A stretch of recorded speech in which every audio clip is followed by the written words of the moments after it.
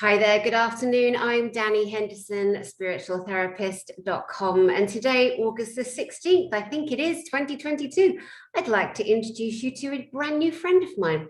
His name is Ben Pelham. He was in the Navy until 1976. And of late, he has become a ET and UFO investigator. He's brought a body of absolutely fascinating work and study and research on the moon, Uranus, and other places. Now, we've had a little bit of a technical bumpy bump here, and we're going to do our best, and we're going to allow this beautiful man to come on, introduce himself while I make him the host. So now you are the host, my love, and so we'll have no issue with screen sharing. Ben Pelham, hello and good afternoon, sir. How are you? I'm doing really well, Dani. Thank you. Thank you for having me on your show. It's going to be good to be with you and your audience. I'll go ahead and share screen at this point then. Yes, indeed. Brilliant, Ben. Okay. Get the stuff lined up here. Yeah. Okay. I'll start here and to tell your viewers just a little bit about myself. As far as ufology goes, I was brought into it as a result of a conversation with my son, and I didn't know that he had studied UFOs and extraterrestrials ever since he was a young boy. And so then we would see an occasional news report with a little bit about UFOs being seen at sea. I took it on as a challenge, being a fairly good researcher, to prove to myself whether they were real or not real.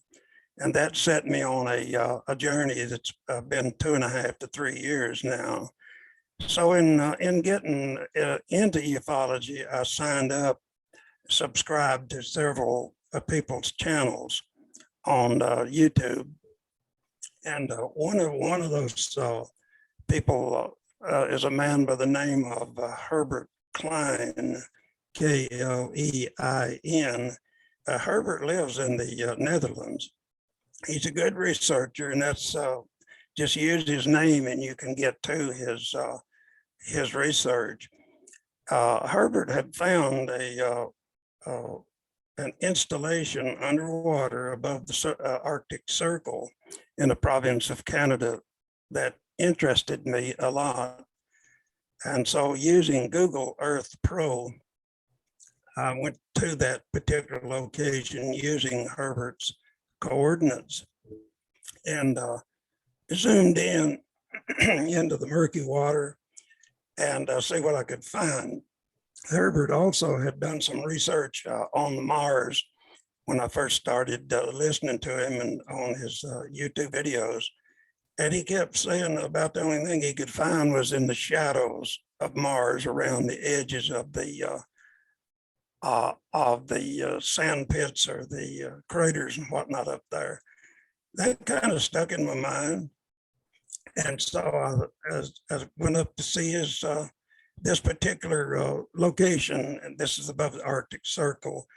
And this is a beautiful, beautiful installation that's there. I've shortened video for speed's sake a little bit, but you can go with me now. So we're going to go to Herbert Klein's discovery above the Arctic Circle right now. Turn it up, Ben, if you can. Yes, I did. And so we're now arriving at the at Herbert Klein's discovery above the Arctic Circle. You can already see it in the Google Earth Pro browser. You can actually see the installation under there. And as it goes on, I'll go ahead and take screenshots of it. And I've got it drawn up there. You can see this. You can see it pretty well. I put it into, I've got two software programs And one of them is Zara, photo and graphic designer for my first edit, mostly just lighting and contrast here in this one. And you'll soon see it in there. And once it's in there, I do the little edit on it. And there it is in there now. And I'll touch the lighting and you can watch what happens here.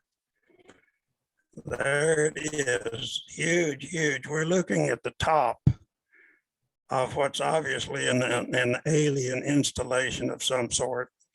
And this is only one of several around the world. And so they're here. Population is great in the waterways, and they stay out of our way. They're so far ahead of us, they live where they want to live. Mm-hmm. Now from there, I put it into Photoscape X Pro, which is I put the finishing touches on it there. That's the way I do. Now, people that have GIMP, G-I-M-P, or Photoshop can do the same thing. You're basically just working with the basic little adjustment handles that come on all of this. Okay, so we got that, and I'll go ahead and knock that out. From there, I'll take you to the waterways on Earth here to see a few things I found in the water. After I got up to the Arctic Circle and had success with that, then I had confidence to look in other places. I will tell you this, though, you have to have a lot of patience, and you have to work with the up in the upper left corner. There's a little what they call a history slider in the Google Earth Pro app. So you need to know the month and time of day and whatnot to have the best chance of capturing something. This one is in the Cotter River Reservoir System in Australia here. It's quite large. Its natural color is the only one I've found yet in its natural color is actually blue. And I'll show you a copy of it. I'll skip on over there to it, just different shots of it. You can see it's massive and it goes from one side of the lake. The whole lake is taken up with it. So what they're doing under there, it's probably a joint base. I know Michelle Fielding channeled, I believe this and 3 or 4 more that I had. And she said that some of the answer she got was that it was a 3-letter agency related. Yeah. And I think perhaps there would be the 3-letter agency. I think most people know what that is. Yeah. That they were present in all of these places. Exactly. And we consulted with Gene Deco. I'm sorry, did you want to comment? Yes, may I ask you a question? So what we're looking at here is an underwater, and you said it was under a lake. Yes, ma'am. River, Australia. Now, when we see that white curved line, is that the shoreline of the lake? It is. Okay, thank you. To be clear for people looking at this, brilliant. Oh, it's so funny hearing you call me ma'am. That does make me smile. I feel so old, sir, when you call me ma'am. Anyway, it's so wonderful for you. Yes, that's the shoreline. And this is the one I purposely kept a copy of it in its natural color, which I found to be interesting to have on the day that I actually located this on the approach, as I was zooming in, I could already see the blue color coming up. Now, this is wild. There's got to be a reason for this.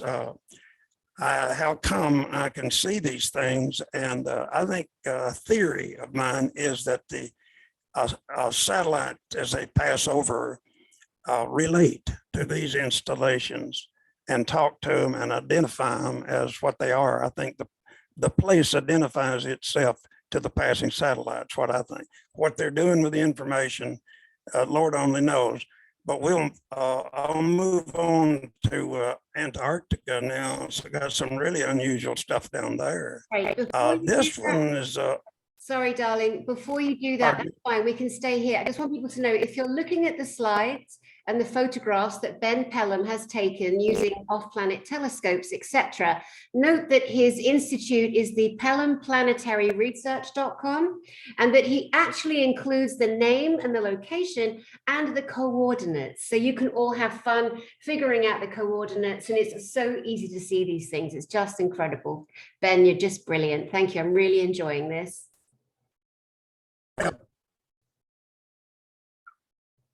Thank you, Dani. And my email address is on both of my website. I mean, I have a little website, companion website called etishere.com. My email address is on there, and anyone that wants to do this and wants to ask me a question, I'll help them any way I can. The more people looking at this, the happier I am. I'd like the whole world to do it, you know. Yeah. So yes, that's the whole story, is to get it out to the public.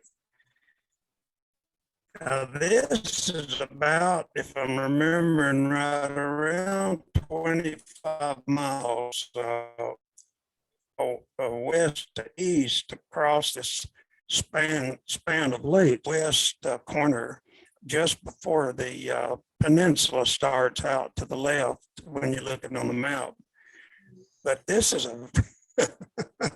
it's hard to believe they have that many structures built into these things. Yeah. I just happened to get there at the right time and picked up on this. Yeah. And so there, there may be, who knows how many of them are there. And I'll skip on here. Now, I'm just throwing in several things, but in order to get a lot in this time, we want to get on to Uranus in a minute. Now, this is in Lake Geneva in Switzerland. It's one photograph I've got down there. You see the big two foggy-like places coming down? Those are concealment cover. I call it concealment cover. It is active. Holographic and cloaking technology. Yes, ma'am. That's what it is. So when you zoom in too tight, it will deploy right before your eyes. And that's just one example. There's another situation on that, and you see all of them on my YouTube channel. Lake Tahoe is another one, and I may have a picture of it here in a second. This is one I really do like. This is Mawson Station. It's an Australian base down in Antarctica. And you can see any place you see through the slush and the ice out to the right. So you know this thing, it extends all the way out, no telling how far it extends under the snow cover there. But it's amazing. I was amazed when I found all this stuff down there. This is also at Mawson here. Some really wild looking stuff. And complexes. Are these also, under the ice? if you move off onto the landmass, you see. Are they all under the ice? Pardon me? Are they all under the ice? I'm sorry, what'd you say? They... Well, they're not necessarily under the ice because I picked the warmest part of the year that I find some water that I can work down through. That there's slush and stuff in it, but I can actually get into the water. And so they do extend on beyond out into the ice.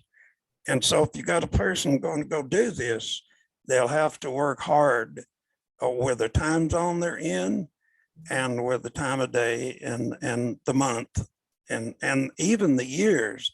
As you work with your upper left menu in the Google Earth Pro. You muted yourself. You're muted. You just muted, darling. So you just click the little icon in the very far, there you go. No, yeah, click the little icon in the very far left. It says mute. And just click on that.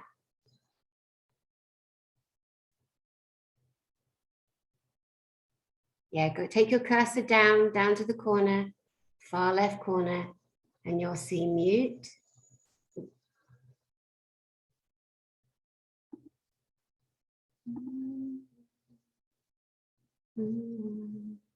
Oh, Ben, it's all right. It's all right. It's all right. Yeah. So I can't hear you at all, and I can't unmute you because I made you the host. So here's what we can do. If you can't find it, darling, we'll just stop. Come out. Oh, there you go. You did it, you genius. You genius. Genius. In the world, I don't know how I knocked that out. I'm so sorry to you. It's okay, darling. It doesn't matter at all. This is so fun and fascinating. Who cares? Well, You know, I think, darling, long gone are the days where everything on television, and I came from television and the space industry, but long gone are the days where it has to be right or you're judged for this and judged for that. No, we're all just regular people. I want to ask you a question, Ben. Yes, ma'am. This area of Mawson Station, do you know if it is in the vicinity in Antarctica of what is also known as New Schwabenland? Oh, I think I don't think it's in the immediate vicinity of it. Just as best I can recall, there are many bases down there. As a matter of fact, I'm glad you asked. I do know what you're talking about. That's the old German settlement. That's but right. There's McMurdo. We have McMurdo Station. Yes. Palmer Station. You have, of course, Mawson, and then you have Casey. Casey's also Australian, and there are others down there. But as how close it is to the New Schwabenland, I just don't know right now. I'd have to go back to it and look in there. Yeah, and that's. But it is. This is astounding because this is Google Earth Pro, and that's what comes up when I zoomed in there, and I found it to be really amazing. And okay, here's another shot of that broad area, and you can see the snowbank around it there, and it's just amazing stuff. And see, this is another shot of this. Looks like futuristic machinery of some kind, is all I could say about it. Can I ask you a question? Don't know what to make of it, except it's that it's there, you know. Can I ask you a question? That's just another shot of the same. Pardon me? Sorry, Ben, I don't want to keep talking over you, but my brain is working overtime, like I'm sure other people viewing this is. I wanted to ask you, do you know what kind of structures we are looking at? And do you know how far mileage-wise or height-wise we are looking at? Okay, I really don't know what kind of structures they are. And I did not measure, as best I recall, the width and length of them at the time. This was quite a while back, but when I got those pictures, I just, I did record where the coordinates could be followed back to that spot. And then the ruler on the Google Earth Pro would let you measure in yards or miles or kilometers, in inches even. That's the best I could do to answer that. So who it is and what they're doing is, oh boy, it's most of that stuff. If I had to guess, I would say it's joint, probably with our people, and who knows how many different alien groups are down there, because I hear a lot of people talk about having gone down there. Ileana, you know, Star Traveler, and I think Elena Denon was down there, and a couple of other French people. The Emery Smith has been down there multiple times. So there's just a lot going on down there. Okay, now you can help me with time, Sandy. So if we're going to stay in that 30-minute bracket, No, you no, need to no, move me on when you need to. darling. This, Take our time. There's no I'm rush. sorry. Take our time. There's no rush. I wanted to, can we just stay here for a moment? Because there are new people coming all the time to the information. And as we just leave Antarctica and we move to Lake Tahoe, I just want to say to the viewers out there, if you know nothing about the history of Antarctica, if you know nothing about the history of New Schwabenland, I would like you to look up something online that is known as Project High Jump. And within that, research Admiral Byrd, B-Y-R-D. That will give you a quick catch up to where we are going now in 2022. And very briefly, Project High Jump was a program created by the American government to bring some of the Nazi war criminal scientists and engineers at the end of the Nazi war and gave them passage to come to America to use their skills. Some went to Argentina, some went to Brazil, and some went to the Antarctic. They went under the ground. They used the technology they had come to know in Germany that was largely given off with agreements from off-planet civilizations and on-planet civilizations, and they created a whole new Berlin. It's so interesting because some of the places in Antarctica are named only after German places, German names. There is a new Berlin, there is a new Schwabenland. Now, I won't go any further into that. Lots of people that see this will know this history already, but those that don't, look up Project High Jump, look up Admiral Byrd, and if you want to go even further back, look up Project Paperclip. Actually, it's Project Paperclip, and it's Operation High Jump. And then it's, the Nazi New Schwabenland. Before we move on, Ben, another great researcher, friend of all of ours, Brad Olson, has actually been down physically to Antarctica. And there are 2 free broadcasts on my channel with Brad Olson giving you more information. He'll also be a speaker at our conference in Orlando, October 21 to 23, which is the greatest conference in the world on disclosure. Ben Pelham, Eugenia, continue, please. Thank you, and I look forward to watching the video of Brad Olson there, and it's all of it's very exciting. What's about to happen with your group down there in Orlando, and that's just such a welcome thing to come, and we need a little bit of uplifting at this time with the news events that are going on and whatnot. So I'll be pulling for everybody all the way, and I'll be interested all the way. Back to this is Lake Tahoe. The little horizontal line there separates Nevada and California, the parts there. In these 2 hornets' nest, I call it the material that a hornet makes its nest out of, launched when I was in a particular place in this body of water, using the history slider, and there was something there it did not want me to see. You could zoom back, these things would disappear. You zoom in, they reappear. And for your viewers, they can go to Ben Pelham YouTube channel, and you can see these things deploy before your eyes. They will deploy. So they're real, and it shows you that the waterways, Lord only knows how long they've been doing this, how long they've had occupants. Okay, now then, with your permission, Danny, we'll take a look at the mystery planet, the mystery of mysteries, I call it, the planet Uranus. It's sits out there a long ways. It's the farthest out, as I recall, from the sun, except Neptune. And some people call it a gas giant and all of that. But from the things that I'm going to show your viewers here, the business of it being a gas giant, if it is a gas giant, it would be a layer maybe over the top or something.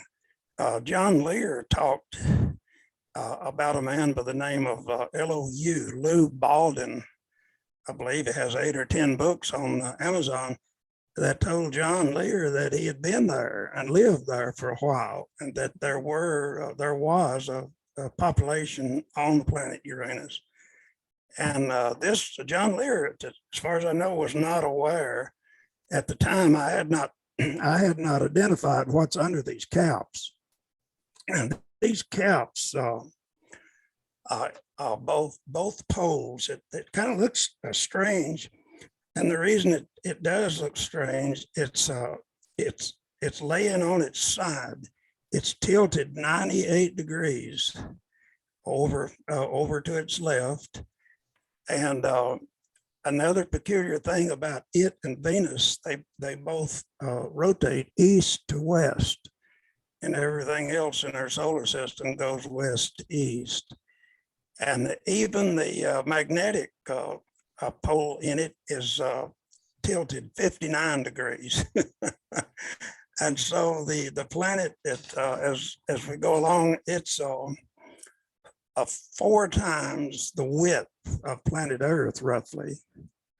And so as you see this cap, as we present it, the cap will take up more than 1/3 of that total width of Uranus. So then the cap would be much larger than the world itself. Yeah. Oh, And so that's just some of the background on it. Let's see if there's something else I need to tell the viewers a little bit about it. They can look up and see how far it is out from the sun and whatnot. I've got that. okay, my heart's racing because I know what's coming and I'm so excited. Okay. Yes. Okay, so we'll leave on in. And this pictures we're looking at here were taken from the Hubble telescope. The Hubble has recently been replaced with the James Webb telescope, which is long awaited and highly touted. They're already producing some images. I know Dr. Sala and others were interested in what they were seeing around the planet Jupiter. That was a consequence or a result of the photos taken by the James Webb telescope. And so I'll talk a little bit more about James Webb in a minute as we get to the moon. So I'll just go ahead here and look at this. This is the KECK telescope, the Keck telescope in Mauna Kea, Hawaii. And the thing about it, it's such a beautiful, beautiful image to be taken all that distance from Earth. That's the main thing about it. And on its left side at 98 degrees tilt, you can see the caps showing there. And then we'll move on to another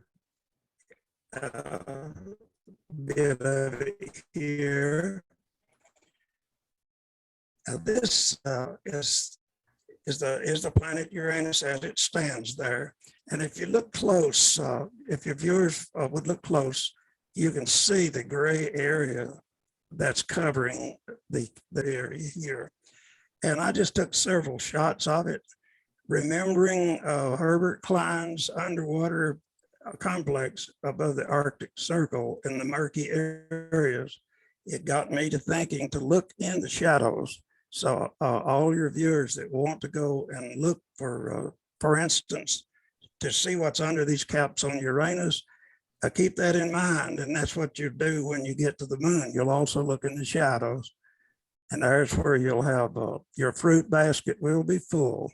Okay, we're a little closer here, a little closer. And now we're getting about 1 click away from showing what's under the pole here. So I've zoomed it in there pretty tight. And there we go. As unbelievable as this is, Oh. the Wow. This is like one huge combination lock. Oh my, I was looking at the distance. If I could just see where I took my note, but the distance through, all the way through the planet Uranus it's a humongous distance. And this particular image or this particular lock-like mechanism is on both poles. It's on the north and the south poles. Now, on my YouTube site, I have a little short video on there that I have a lot of space between the phases as you see this, so that there's time for contemplation of what you're seeing. And I would invite your viewers to go over there and they can see it stage by stage by stage. And then that could be useful to them if they want to go and capture these images. I will say this now, the getting under the polar caps at Uranus poses a pretty good challenge, but I was able to do it, and you can do it. All of you can do this. You just have to be a patient and work with your photo processing, with your contrast and your brightness and saturation, and just be very careful with it stage by stage, and you can produce this thing. Dani, it looks a lot like maybe like a computer. On my website, I have some pictures that if you move out just a little bit further, you can see the little gears, like little gears in this thing.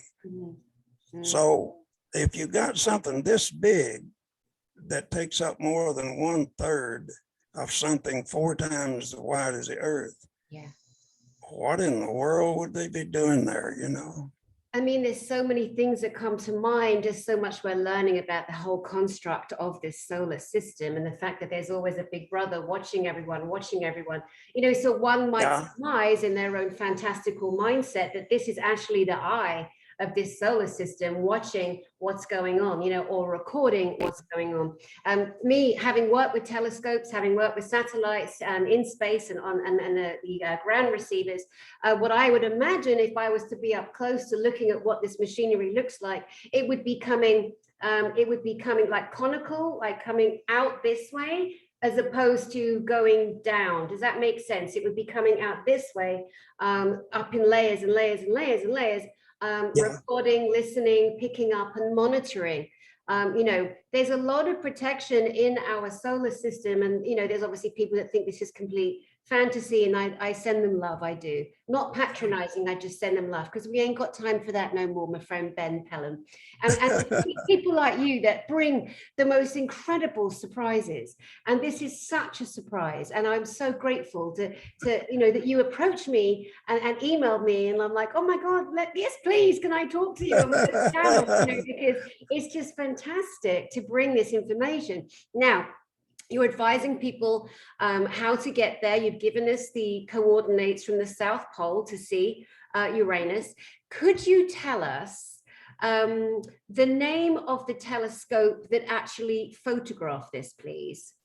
Yes, as I understand it, it was got it written down here.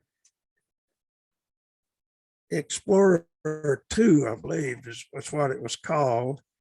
And let me get my notes together here right quickly.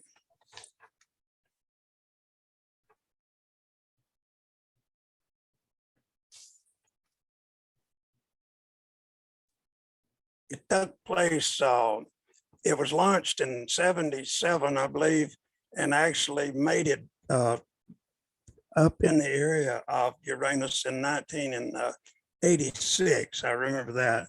And it had Explorer 2 or something like that in its name, but right now I'm unable to get a fix on it on my notes here. Okay, no problem. And, you can look it up.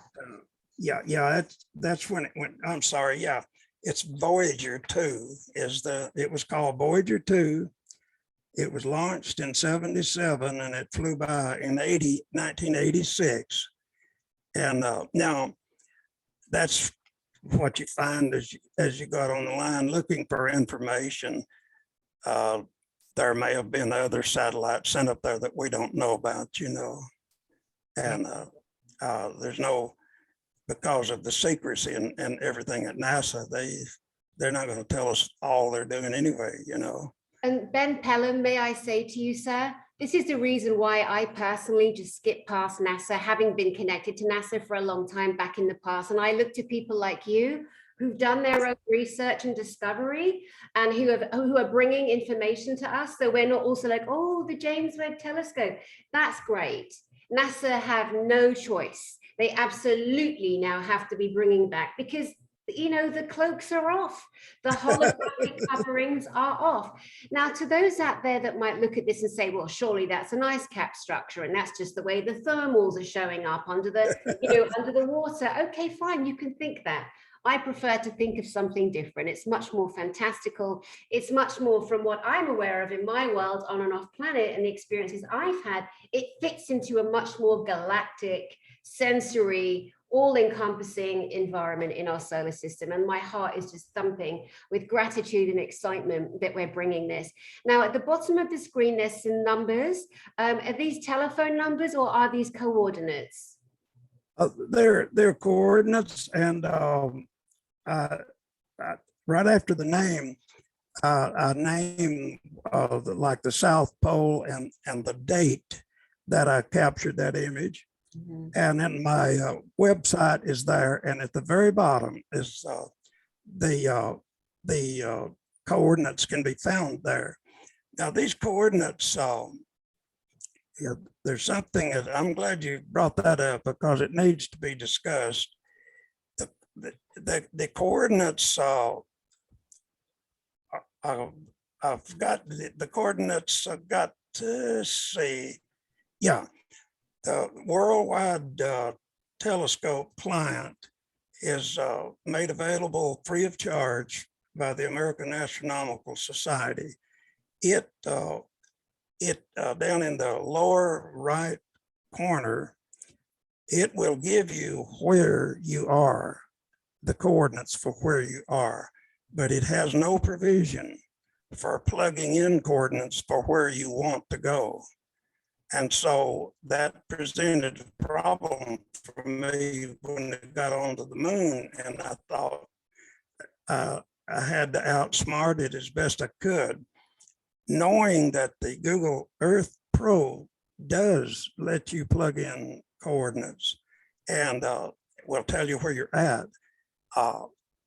But the problem is when you try to find something on Google Earth Pro, I can tell your audience here, everything is so obfuscated, smeared and tarred over on the moon. It's astounding the trouble they've gone to hide everything.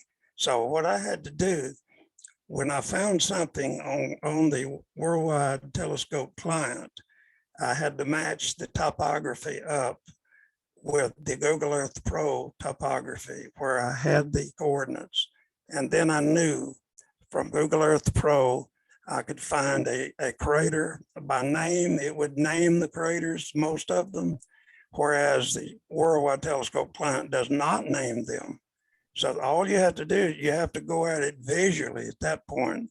So you find out what crater you know from looking at Worldwide Telescope client what crater you're in, but you got to bring both browsers up, get a picture of both in order to get the name of it and the coordinates. You got to go over to Google Earth.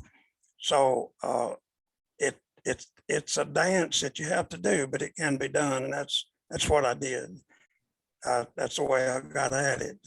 Now, as far as the coordinates on Earth, as Google Earth Pro, of course, readily gives you where you are and where you want to go and so on. But if you're going to go to the moon and get these things, you're going to have to first, you find an area of interest in the Worldwide Telescope client, which is about all of your shadowy areas, and mostly in the both polar areas.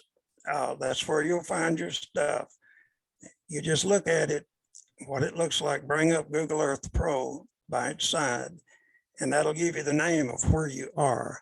And in some cases, there are a few instances where some craters and things are not named. So you just have to say it's in the South Polar or North Polar area. Okay, shall we slip on by here then? And yes, to la luna, to la luna. yeah, La Luna. Okay. All right, I'll knock this out.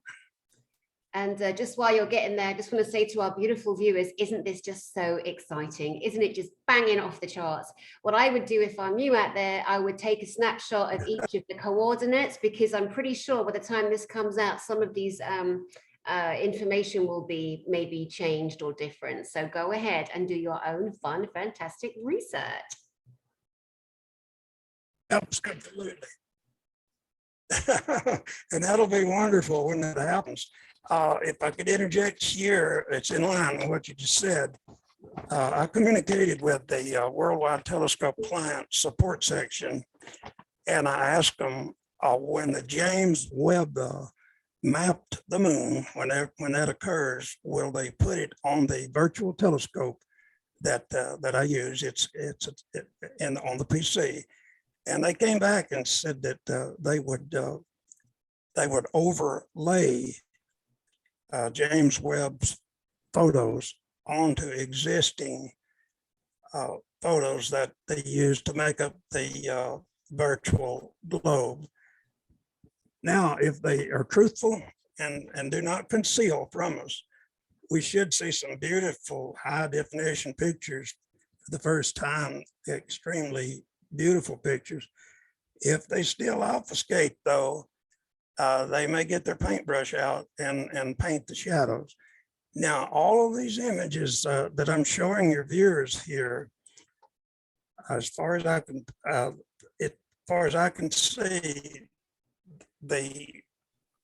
on the Worldwide Telescope Client, all of the craters are what I call fake craters, or fake shadows is the word I use, fake shadows. Because if you draw them up closely, you can see it's almost like a paintbrush has painted a shadow on there. And that was done to keep people from readily zooming in and seeing what's going on. And so what I did, and what your viewers can do, is go to those shadows in the Worldwide Telescope Client, zoom in about 3 different depths, and you generally see what I call a conveyance alleyway, and that's a giveaway of that you're in an area of very much interest. And as you look through the images, I'll talk a little bit about that. This is in the South Polar area here. I'll show you a few of them around.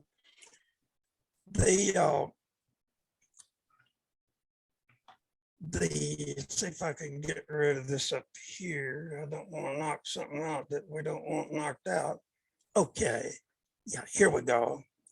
As you see all these tanks and whatnot, what comes to mind for me is it's chemical gas related. Now, there's a lot of talk about helium-3. Helium-3 is a non-radioactive isotope, they call it, that is not manufactured. It is emitted. The sun emits it and it lodges in the soil of wherever it hits. And they say Earth has very, very little of it, but the moon has a huge abundance of it. And it's used for fusion, atomic fusion, for sources of power. And it's, like I said, it's non-radioactive. It's in demand.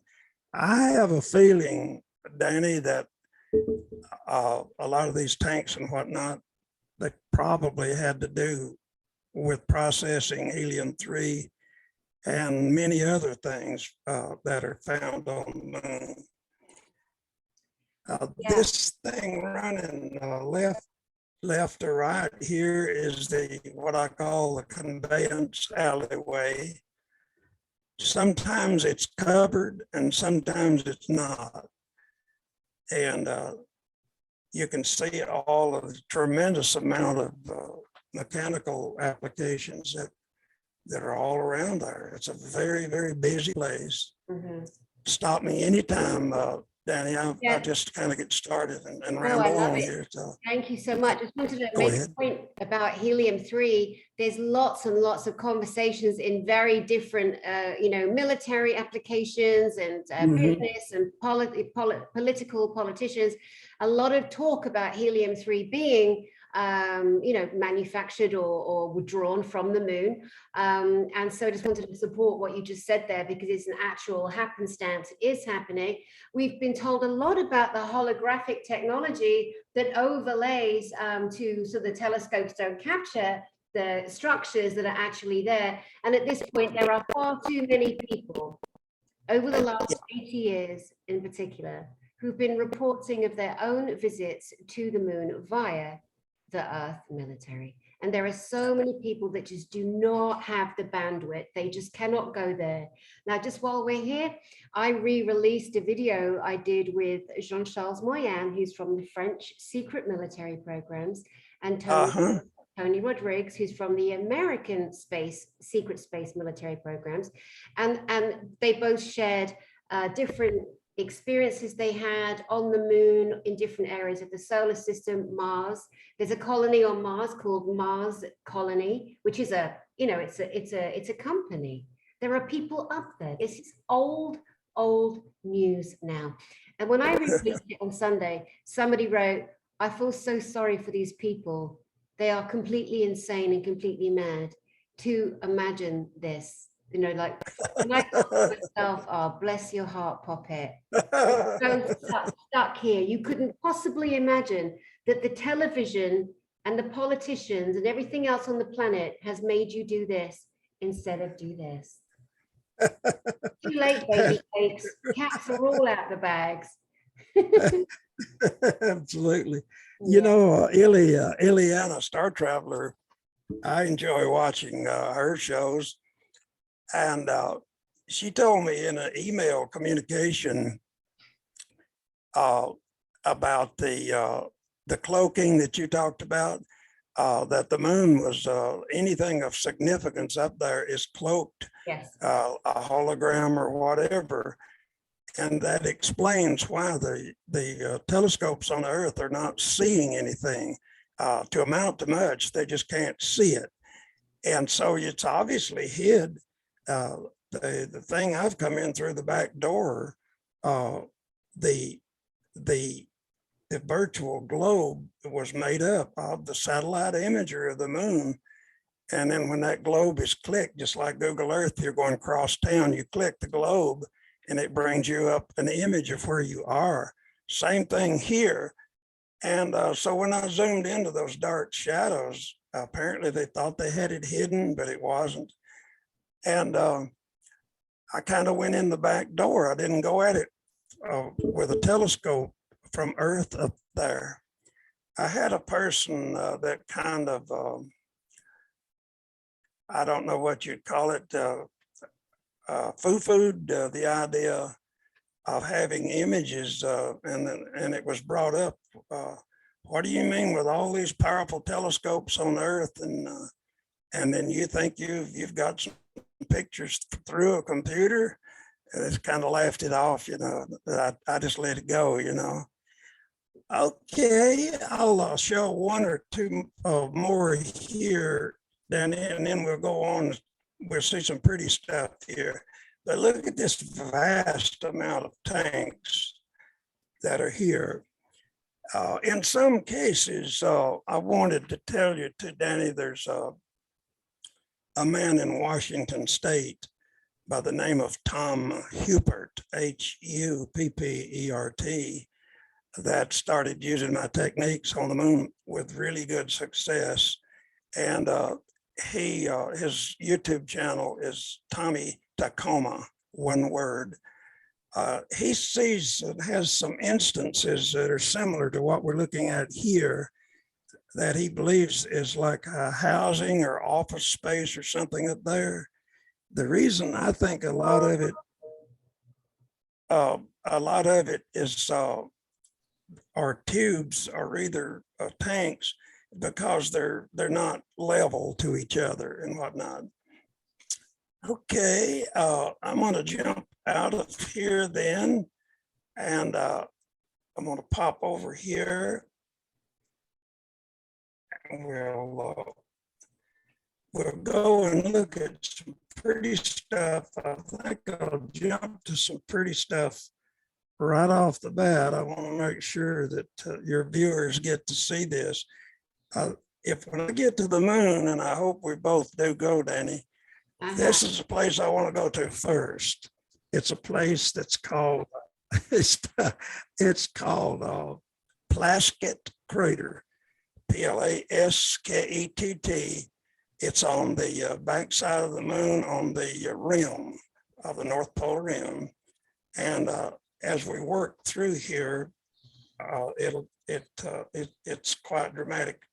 It'll get prettier and prettier as we go. And I thought about naming this place Prettyville because of this. The peculiar thing about the equipment here is it's arranged diagonally for some reason. I don't know why. And I have several other really nice pictures, but this is tremendous production machinery. It's hard to say what that is. And I'll just go through a bunch of it. There's the diagonal arrangements in there. And if I get too fast, you just slow me down and I'll back up on it. No, you're good. It's a good pace. What would you say to people who just say that's just natural rock formation, that's where an ocean was, and it looks like it's man-made, but it's not, it's natural? What would you say to them? I would tell them to look at a few images later in my presentation and to look for the conveyance alleyway. There's a reason I put that in there. It lends, in terms of intelligent design, it lends immediate believability. And that's what I would tell them. And so I'll show you what I mean in just a minute if we get to that. This is one of my favorites here. It's almost like a neighborhood here now, Dani. You see diagonal arrangements of all this. I don't know if they're office space or what, but it is truly, truly, truly different. And I just have so much to show. And your viewers got 150 or more images on my website, PellomPlanetaryResearch.com. And there are 11 pages, they're long pages. You scroll down and get over 150 images on there so they can look at it at their leisure and contemplate what's up there. This is some humongous machinery here.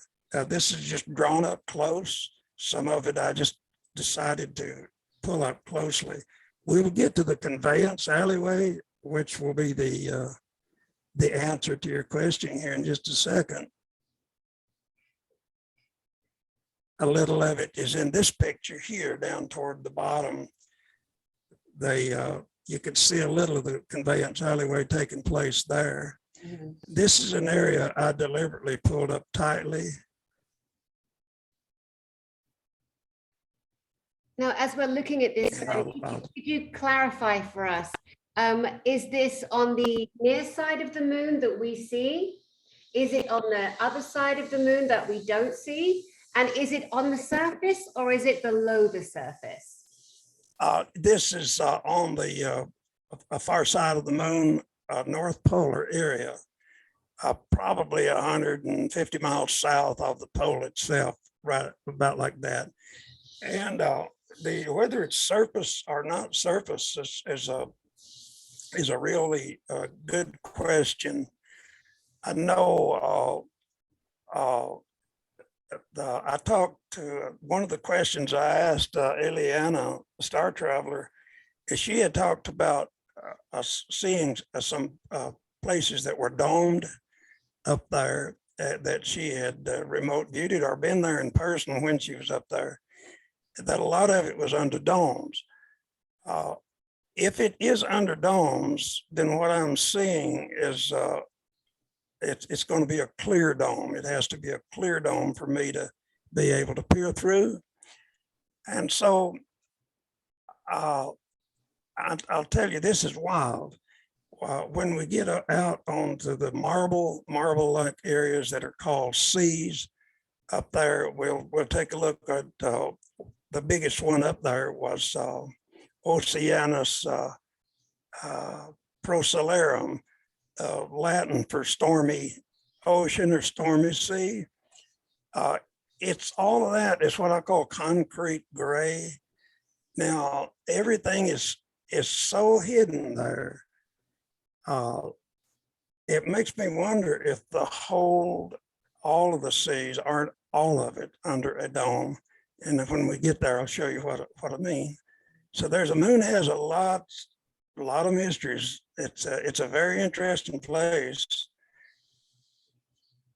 And I'll work on through. I want to get to that alleyway, but of all the stuff we're seeing here, this is the most modernistic of all the stuff that's up there. And with your permission, I'm going to just click on through until I get to the alleyway that I want to show the viewers. While you're because doing I have that, some more things I want to show. Yeah, while you're doing that, I'm sorry. While you're doing that, I just want to share with the viewers here that in 2007, I spent an entire month. I had a beautiful, amazing telescope. It was so clever. I could program it. It was just brilliant. And it would slew on its own. It had a life of its own. It was just so amazing. And I spent an entire month every night at the same time with my telescope fixed solid against a tree, pointing with the tripod that wouldn't allow it to move. And I did an experiment. And my experiment was watching the light on the moon, because there was like, the moon doesn't move, the light doesn't change and all that bollocks. And I made my own study and experiment. And every single night, something else shifted, changed, a crater came into view or it didn't, for a month. And no one told me, just because of my working in the space industry and my obsession with space. That's what and so I had this real like fire in me to say, I will sit down with any moon expert and give them my own findings, because so many of us, like you, my goodness, I'm so grateful you've spent these years of study to bring us such a beautiful, tapestry of information that most people have never seen or even heard of, Ben. Yeah, that's true. And I have to say to your viewers, I don't take credit for any of it because I'm not a highly educated person. To give you some background on my education, I was raised in the country, one-room school, and I had a big certificate for the 7th grade. And in time, after I was in the Navy a little while, and I got out and went to night school, and I had studied, and knowing I was badly behind, I studied and took correspondence courses and things. And they put me in the 11th grade. And then a little later on, I finally went to Chattanooga, Tennessee, and got a general educational development certificate for that. So that ended up being my education, and all the other learning that I have was just sheer self-study. Now, breaking into the stuff here on the moon, I want to tell your viewers, I went through some times that was really tough. I believed that in the Google technology that was in the Google Earth Pro, I had no reason to think that they would obfuscate what was on the moon. And so I went up there and zoomed in on all of these shadowy places.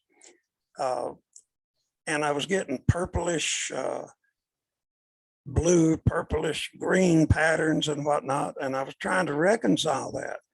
I thought, well, if they're thousands of years ahead of us, I should expect it to look very differently.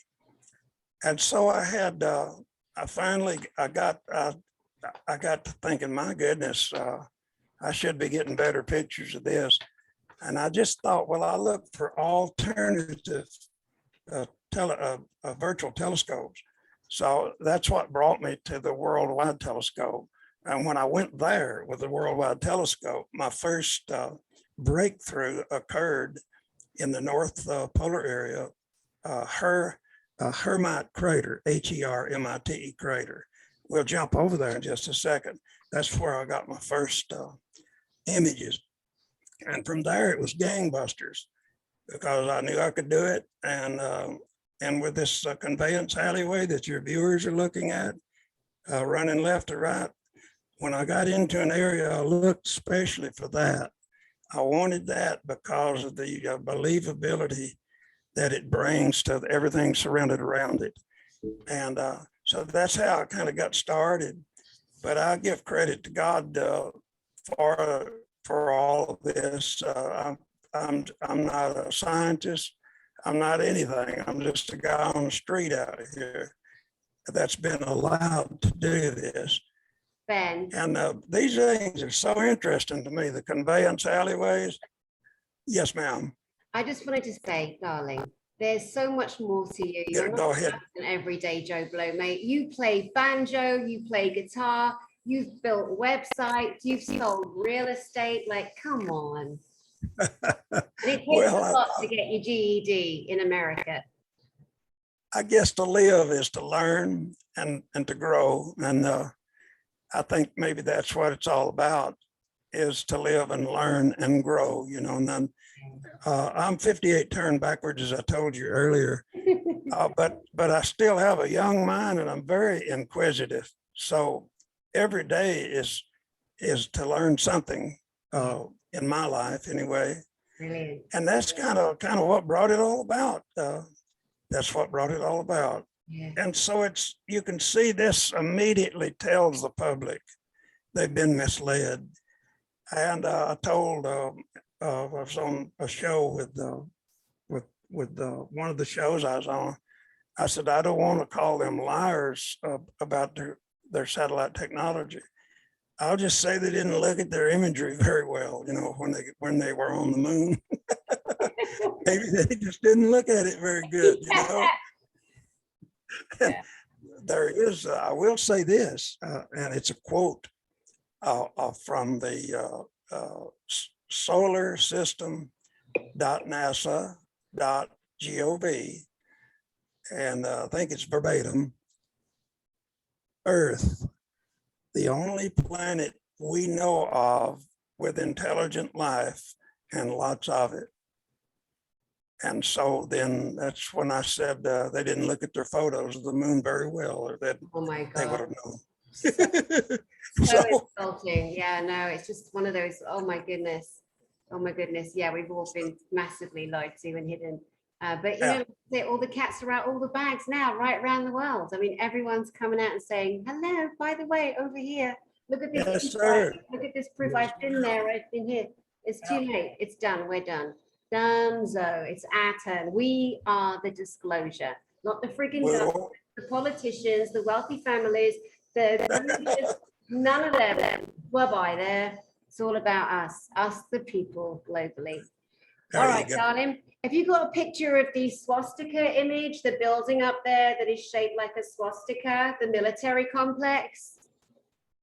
Oh, no, I don't. I've heard people talk about that, and I've seen some images that purported to be that. I've heard of it. Now, Ileana, go back to her. She's one of my favorites.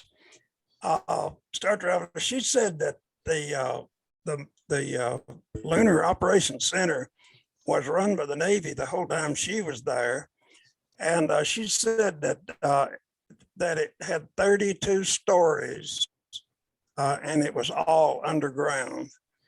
And she said in one of her shows also something very interesting, that that she had actually been inside the moon and seen the big engine that others have spoke about, that was reportedly to have been the engine that holds the moon in position and maybe the one that's brought it there. The late John Lear talked about that. And he talked about on the back side of the moon, there's a Russian crater around there. I can't remember the name of it. But it's named for a Russian. And he said that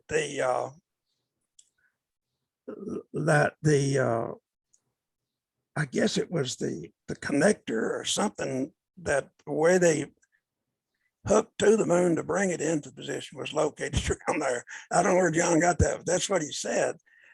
There was another statement that I found to be very interesting by Sean David Morton.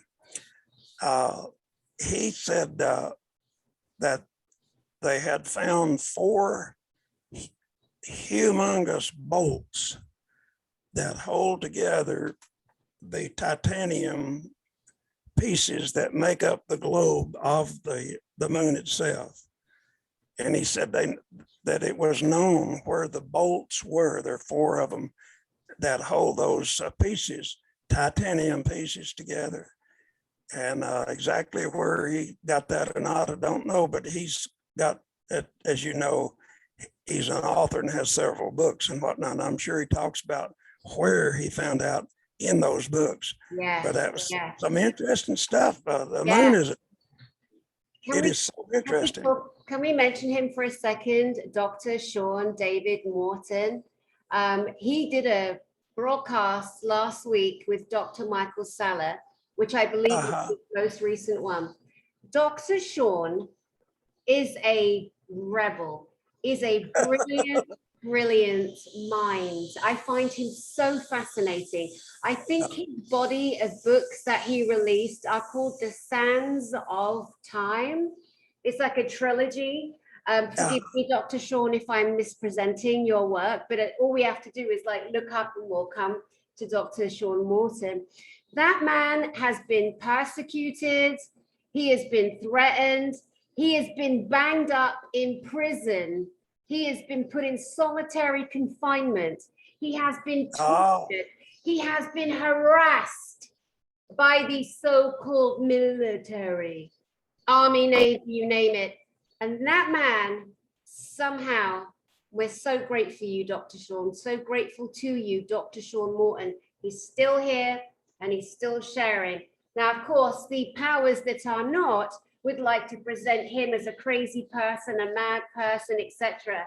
You know, I'm like, bring out the rebels, bring out the quirky ones, bring out the crazies, because the way we've been repressed, it's done. It's and great. I think I consider Dr. Sean Morton a great leader. I really do. You know, I consider Kerry Cassidy a trailblazer for all of her work, an original qualified broadcast journalist that many people jump over, and you know, and then Alex Collier, a forerunner of Andromedan contactee and insight into space technology. You know, Elena Danan, you know, Galactic Confederation of Worlds, Pleiadian contactee. This is it. We all know each other. We've all found each other. We're all standing together. And then you have been in the throes of this for several years now, and look what you're bringing to us. It's just brilliant. That's wonderful to see. It's wonderful to see these things finally coming to pass, you know, and everybody pooling their information, and it just lends more fuel to the locomotive, you know, as it moves along. Now, Mr. or Dr. Morton has I sent him a link to my website, and I think he took a peek at it, you know, and then he come back and he told me about those bolts and whatnot. And but he seemed like a very nice man. And it's I just enjoy meeting people and learning more as I go along, you know. So on the 21st of October is when you go down to Orlando, right? Yes, Orlando, 21st, 22nd, 23rd. and it's called the Galactic Spiritual Informers.com. If you know, the name of the conference is the Galactic and Spiritual Informers Connection. He thought that was better than conference because it's such a tier above conferences. You know, Sure. it's connecting galactic to human to hybrid to inner earth to our ancient indigenous. You know, Wow. the indigenous were always genocided and slow genocided to this day. The Apache, the Shawnee, the Cherokee, the oh my goodness, the Sioux, the Cheyenne, you know, that ridiculous monument, you know, that beautiful mountain, Yeah. with six Yeah. grandfathers that was turned into a Disneyland resort. That's what I thought it was when I first saw it. I thought, is that a Disneyland ride? You know, and you know, some people might be offended, but you know, I'm British. I didn't know that that was a monument, and I thought that's a bit interesting. Let me find out the history. And I came to learn that it was originally a place of worship and celebration for many of the indigenous tribes. And those buggers took it from the beautiful indigenous and they put the president's forefathers' faces. But you know, and so at this conference, we're having some of the elders, the chiefs are popping in, where it's just such a beautiful amalgamation, a celebration of all of the loving beings on our planet, on and off our planet. So that's what ultimately it is. It is. Danny, tell me, after the conference is over, will there be DVDs that can be purchased of what went on, or at some point in time? What we're planning to do is record the event. It will not be live streamed. It is a 3-day in person. And then at some point we will be releasing the conference, and we're going to respect every person that makes that journey there, because everyone across the world is affected some way or other by the nonsense that's been playing out on all of us, and to hold them in resonance. And we will charge for the to view the conference, of course, you know. And again, we're going to respect the speakers that come, that have sacrificed themselves. We're going to respect everybody in the audience. The speakers are going to get paid, rooms, flights, you name it. They're going to be looked after. It's time. It's time. Someone does this for free. You know, it's just silly to think that, you know. But if there's a sponsor out there, if there's someone with a big wallet, I would love you to come stand with me and pay for everyone's ticket, pay for it to be live. I would love that. I would like nothing more. So please, if there is a good person out there with a big enough wallet and the right heart and integrity, let's have a conversation. So thanks for asking that question, Ben. Maybe that'll take place. I certainly hope it does. It should do. I would, you know, that's been my prayer the whole time. That someone's going to step in and say, let me help you, Dani and team. Let me stand with you. Let me make this what it's going to be. There you go. Yeah. All right. Where are we going next? I think with your permission, we'll go to Hermit crater. Your viewers, on my website, at the foot of each of the 11 pages of photos, there's a brief video, a little screen capture video that will show them how to, using the Worldwide Telescope client on their PC, to go to Hermit crater, zoom in through the false shadow.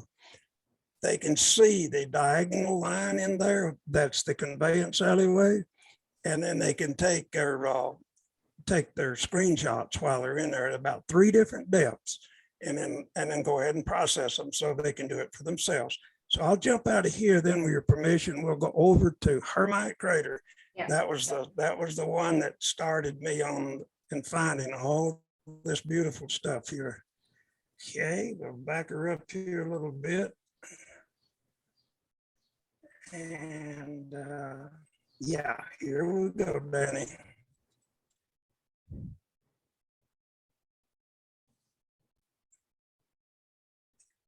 And we'll skedaddle through here.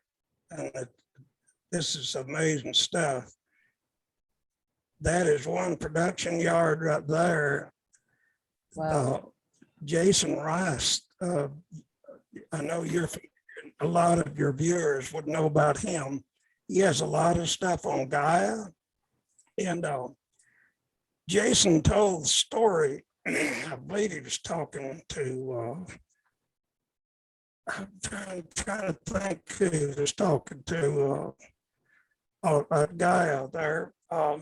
He was describing when the Mars Germans went to the moon, and they got that 20 acres that he talked about, I think, from the reptiles. And he said that territory on the moon was extremely highly valued and at a premium. It was very difficult to buy land up there. And as I look at Hermit Crater here and the other things we've shown here earlier, it's hard to put a toothpick in this. So it does give it gives you the feeling that every inch of floor space is used here for production purposes. Now, the little conveyance alleyway that I named it that seemed to be a good name for it. Tom Hupert, the man I told you about a minute ago, using my techniques, he'd been looking around and as I had, and seen this conveyance alleyway showing up. And he feels that there may be as many as 30 of those going around the moon in concentric circles, you know, from top to bottom. And it looks like, to me, that stuff is brought in and elevators coming up and going down, and that whatever needs to be done at this station is done, and it's shipped on around the moon, maybe to get something else done to it and to finally have a final product. Mm-hmm. And that's my imagination on all of this. Now look at this. Wow.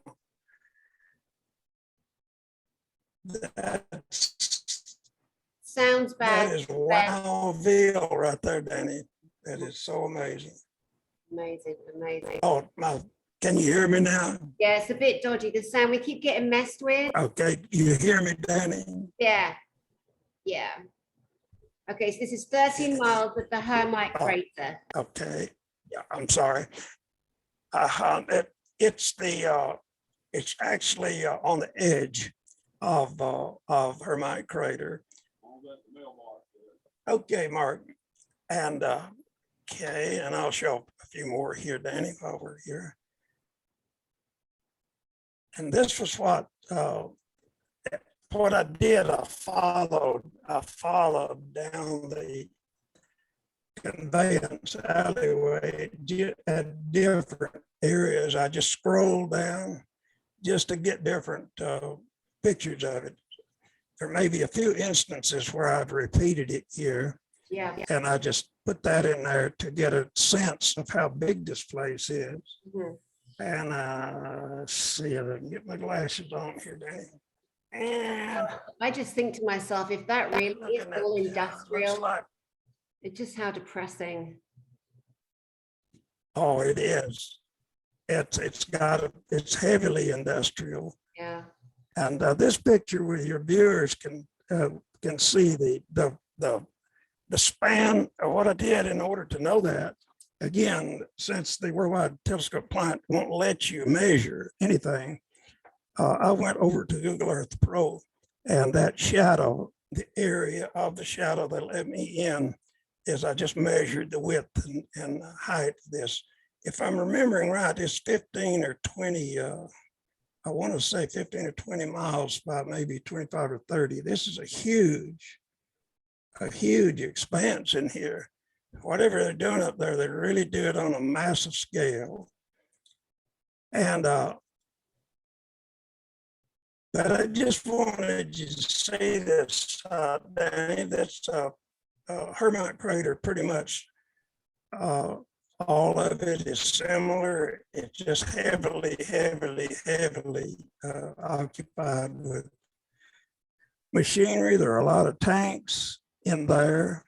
And I have a lot of other things down in the South Polar area, but you tell me when you want to conclude here. I don't know how long you want to run. Yeah, no, this is great. This is a wonderful insight into activity on the dark side of the moon, looking at industrial complexes here that don't make any logical sense to anyone.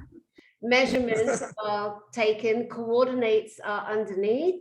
And thank you for bringing this again to our attention. So yeah, let's move on to your next subject, please. Oh, okay, all right, that's what we'll do here. And I'll jump down here, see, yeah, oh yeah.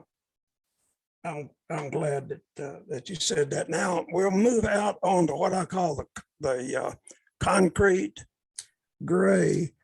These are where the seas are, and when you read up on it on the net, they say that it was lava flow and whatnot at one time.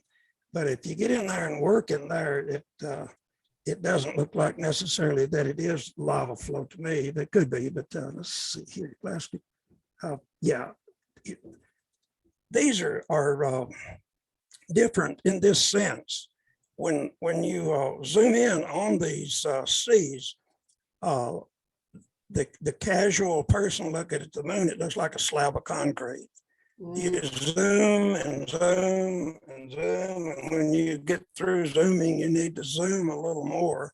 And that's the reason I think maybe they hold all of the sea areas could be under a dome-like effect. And we'll work through some of them here to show you they're different. I don't know if they're living areas or business areas and whatnot, but they're quite different. All of these, and we'll get better pictures of it here in a second. All of these are structures here. Yeah. This is on the Oceanus. Pardon. Sorry. Sorry, I just zooming in there. Just some of the structures. I thought that there's like a T, an H, almost like a swastika, which is one of the buildings that we've been. Sorry, please continue. And we'll see more of that in a minute. It's almost like a code. I'm glad you brought that up. Yeah. But this is Oceanus Procellarum out on what they call the lava flow. And we'll get to some good stuff here in a minute. These are just, this is about what it looked like in the sea of where the 1960s, 6 or 7 space launch went to. I'll think of it in a minute. I can think of it right now. Hit, but it wasn't all that populated. Now this is really highly populated here. And as we go along, you see the black stuff, but as you get to looking at it, wow, the gray things almost look it's almost like an alphabet or something. Yeah. And, you get to wonder which one is the structure, the gray stuff or the black stuff. Yeah. That may have to do with the moon's cloak. Pardon me? What's the white stuff? What'd you say, Dani? What's the white stuff? Okay, that as best I can determine, it is the marble, the concrete gray that you see until you zoom in. On my YouTube site, just go into YouTube there, I've got a short video that will show you how to go out to the concrete gray areas and to zoom in to find all of this stuff. You can see it coming up with, right before you as you get to it. And it'll make a lot more sense to your viewers to go and see that video, And I don't know, let's see, here in this one, you can see it has the conveyance alleyway. Mm-hmm. And yet the pictures on the whole are not as clear as the industrial stuff we looked at earlier. Mm-hmm. I think it has something to do with the shrouding or the basically part of the concealment program for people like me and others that are looking in there. And so some of these patterns are amazing. I'll I'll try to get some a little bit more interesting for you here. Mind-blowing. Absolutely Okay. mind-blowing. Can I ask It's you a just question, the, Ben? it's such an abundance that I have, you know. Did you have a question, Dani? Yes, please, darling. So what I'm reminded of, among other things, is when Tony Rodriguez, who was taken as a child off planet and on planet, he was kidnapped and abducted to Inyokurn Airport in America, other kidnapped children, and they did dreadful experiments. The military did terrible experiments on them. He was also then used as an asset, a privately owned asset or a military asset, regardless, off onto the planet of Ceres, Ceres.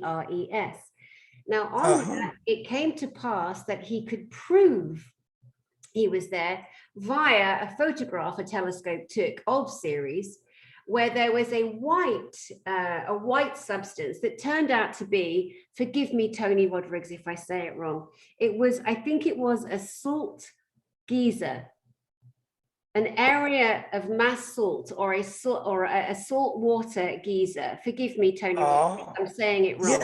Yeah. And that is just reminding me, potentially, of course, it's just an idea there's so much, similarities in different rocks in our solar system that the people that have actually been there and talk about it come back and report in. Now, that might not be anything of the kind, but that's what it first brings my mind to. Absolutely. You know, the great Ingo Swann, some of your viewers be familiar with him. I read up on him a little bit, and Ingo is known as a very famous remote viewer. And he worked for the government. He also worked privately for 2 years, remote viewing the moon.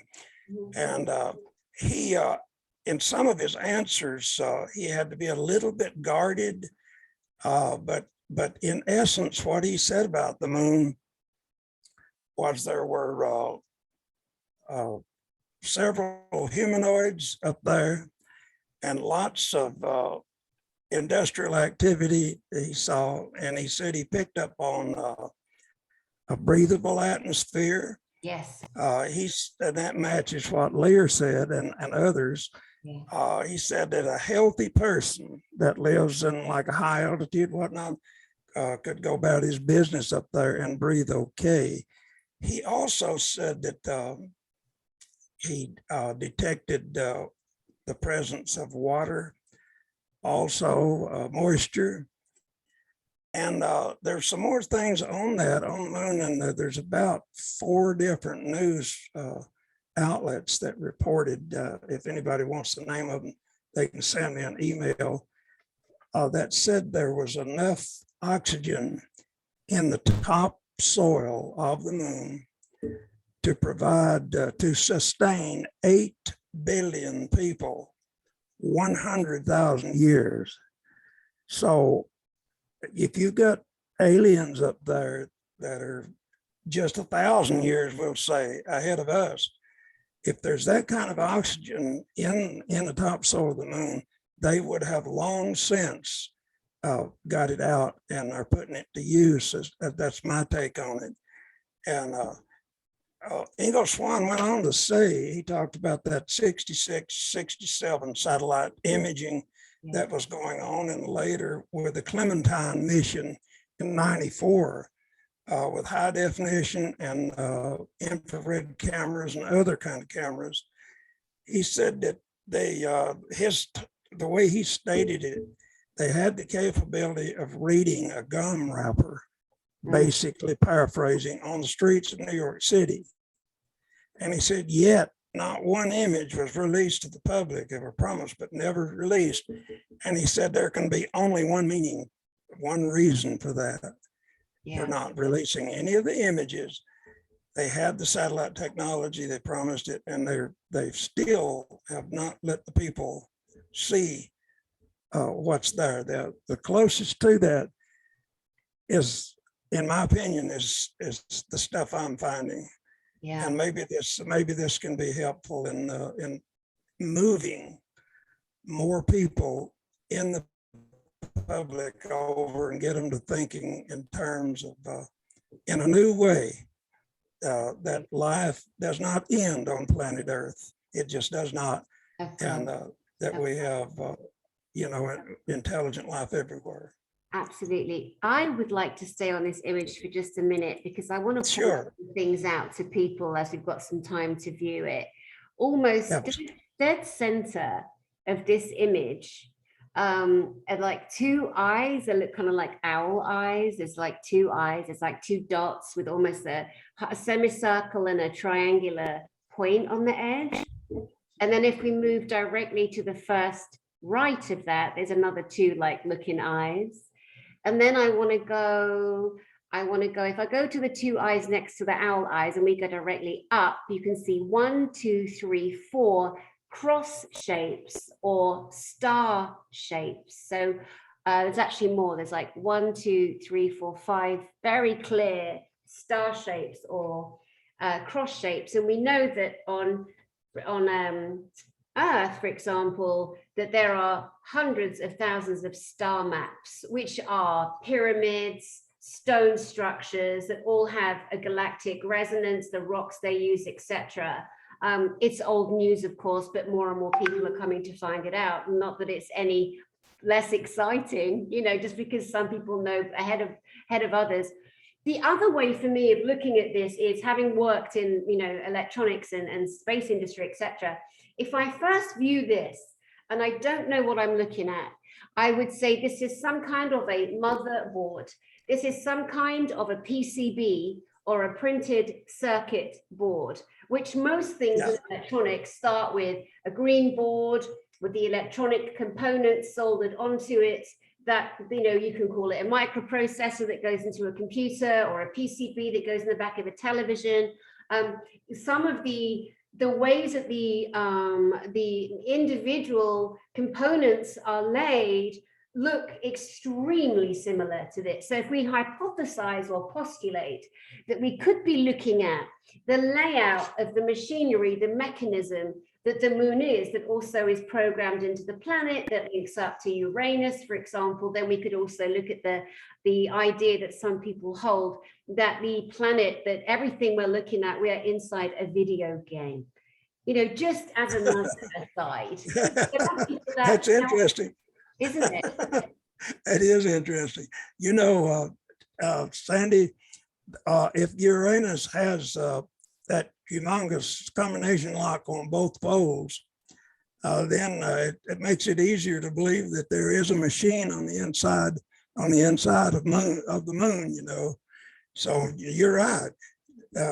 Everything is not as it appears to be, and it's just school time. It's time that we're learning things that we never thought we'd be thinking of. We have to look at things in a lot different way. Yeah, I know I do now. I don't. If we've got beings, as Ingleswan says, and good God, Randy Kramer and Jason Rice and all of them, as you know, all of them talked about the different beings up there and the things that they're doing. Then it's easy to believe they could be throughout the solar system and beyond. To me, I don't have any problem with that. I think if the Lord made, coming at it from a Christian point of view, and if the scientists are right in telling us they've got billions and maybe even trillions of planets that are out there, who's to stop the Lord for putting intelligent beings on as many of them as he wants on there? So I'm comfortable with that. And very comfortable with Ben, that. that's brilliant. And I think really at a most fundamental basic level, whether you are a Christian or not, or you believe in God or not, if you do accept the idea of angels, just right there, what are angels? They are off-planet beings. They are other vibratory, higher resonating beings. Absolutely, yeah. Really The Bible talks some about angels. There's a place in the Bible that I think one of the writers is called Chariots of God or something years ago. But chariot. just in reading through the Bible, Dani, a couple of times I took notes, and I found about maybe 4 or 5 or more areas of the New Testament that actually say the operative God of the Old Testament was Christ himself before he was born. And then when you get back there in Ezekiel and other places in Revelation, everywhere God goes back there, which would be Christ, according to those New Testament scriptures, he was on what was called a sea of glass. And it was described as crystal-like when Moses and all of them went up on the mountain there at in the desert there. I could think of the name of it, Mount Sinai. But this big platform always like a sea of glass, and then the throne of God is there, and God was on the throne, and these various beings, like you were talking about, were present there also. And there were several instances of where that platform went, and it was over the Israelites in the desert for 40 years. And when the Israelites were not marching, above them was the sea of glass giving shade on them in the day and giving light at night. And so there's some kind of a connection, I think, that may tie in exactly with what we're talking about. You know, if you have that, it seems to me like if the Lord wants to travel around in his own starship, let's put it that way, it comes with his throne on it, and then he has the big platform there. And as you trace it, everywhere he goes, that's the way he goes. Yeah. And that's some of the stuff I've been digging up, and I find interesting from a Christian point of view, you know. Yeah. You know, I remember the story of Enoch and Elijah. These are 2 beings in the Bible that we're told who went up to heaven without leaving the body. And then there are people that say Enoch and Elijah became Metatron and Sandalphon. Now, those 2 supposed angels are the only angels in the entire Bible, to my limited knowledge, whose names do not end in E-L. Michael, Raphael, Honiel, Gabriel, Ophiel, right? Yeah. Raphael. And the E-L is equated to E-L being next to God or the gods or part of the Elohim, which we're told is part of the hierarchical angelic reference in seraphim, cherubim, archangels, etc. Yeah, absolutely. Far off track, but yeah, and you know, I'm open-minded to everything, but what I do know, because I have physically seen with my own eyes, demonics, angels, and what we would call extraterrestrials. So I know they exist, and I'm not on any drug, and I'm certainly not a drunkard. Now, sometimes people say, as we've been looking and chatting to each other and looking at this beautiful imagery, if we look at the big white one, the big white image, the bigger one of the 2, if we look to the left side of that, we can see an extremely straight wall. And then if we look down next to it, it appears to be a shadow, potentially some kind of a shadow. So if we look at it like that, it would look like that this very sheer, straight drop, you know, potentially is casting some kind of a shadow. There could be something else there we can't see, for example. But it's so exciting. The more you stare, the more you look, the more the mind, you know, kind of plays. If we take a pen on the screen, and if we point the pen diagonally from that white structure directly across 2 inches, you're going to hit something that looks exactly like the number 14.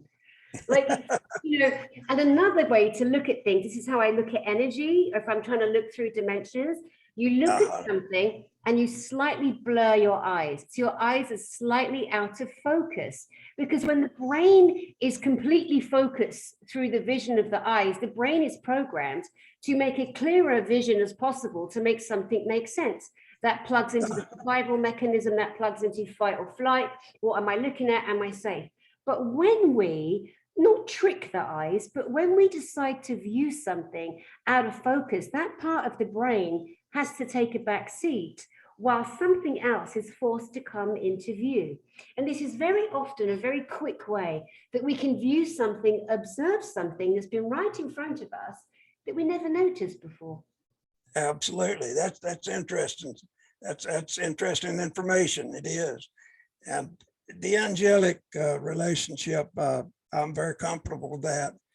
Getting back to the Bible again, you had the Joshua, when Christ appeared to him with a sword in his hand, and Joshua asked him, friend or foe, and he basically said he was the commander of the army, something close to that. And then you had the two angels with Christ that appeared to Abraham when Sarah laughed, when they talked about her having a baby, later. And she said, I didn't laugh. And they said, yes, you did. And Abraham fed them. And then the two angels went on to Sodom and Gomorrah. And then the Lord went his way. So I'm assuming that they teleported into that point, and that the Christ before Joshua was a teleportation. And because he wasn't in the ship, but they probably teleported from that ship. And those are areas that to me probably need to be looked at. There's so many places in the New Testament that point back there. A lot of in contemporary Christianity, they teach that the Old Testament God was a separate God from Christ altogether. He was that mean, very mean old God back there. And then you have the loving, tender Christ. But when you got 4 or 5 scriptures identifying the Old Testament God as Christ himself before being born in the flesh, kind of puts a different light on it, It's something I'm going to continue to study about. Bless you. Bless you. Yeah, I don't want to get too far off on a tangent here or upset people with things that I've also been told and heard. So I think let's move on. Let's move on. Yeah. Those are just my feelings. I don't impose them on anybody. Oh, and thank you. I'm very much a believer in Christ as a Christian. Yeah. But I do know those things are in the Bible, and I'll be glad to give anybody the scriptures. So it's facts I'm talking about. It's easy to get off subject here, which I did. Okay, me too. We've been going for over an hour and a half, I think, at this stage, something like that, which is so fascinating. So I think we'll kind of bring to a close. If you can share some of the most, I don't want to leave anything out that you were excited to share with us. So if we could go there. Well, thank you. And I think your viewers are hanging in with us and listening to the things that we've had to say. Yeah. I do invite them to go to my website, PellomPlanetaryResearch.com, and etishere.com, and look at the little brief video that shows them how to go to the moon, get their own image out of Hermit crater as an example. Once they do that, they will know they can get the images from anywhere on the moon. They just must remember, don't bother zooming in on Google Earth Pro because it is painted over, but the Worldwide Telescope Client .org is where you can download the browser. And any of them that need help, they can contact me and I'll help them out any way I can. And I just want to thank everybody for letting me be here. And especially thanks to you, Dani, for having me on. I'm sorry about the little things and getting set up. No, this is all fine. It's great. Are you going to show us anything else? No, ma'am. I think that's probably enough for now for me. But if with an invitation at some time, I will come back and show more, though. Consider it done, my darling. An invitation for a second broadcast. I will be delighted to play with you again and talk more. This has been so wonderful for me, personally having such a passion for the moon and planets and space, etc. And to meet somebody with such a humble, loving heart and a man who is, some would consider up in years, yet you're proving to others. You said you're 85 years old, but you are out there learning every day. Nothing is stopping you. You're getting up with a, you know, a bean in your bonnet, and you're just, you know, you're an inspiration on many levels, Ben Pelham. Well, thank you. I appreciate that, Dani. And don't forget that I appreciate so much what you're doing and the others. That is so important. And I'll be your greatest fan the whole way as it comes down. And, I'm looking forward to a greater day. Definitely. Well, we are the disclosure, Ben Pelham. We, people like you and me, regular, everyday people like you and me, we are the disclosure. Yes, ma'am, we are. We are.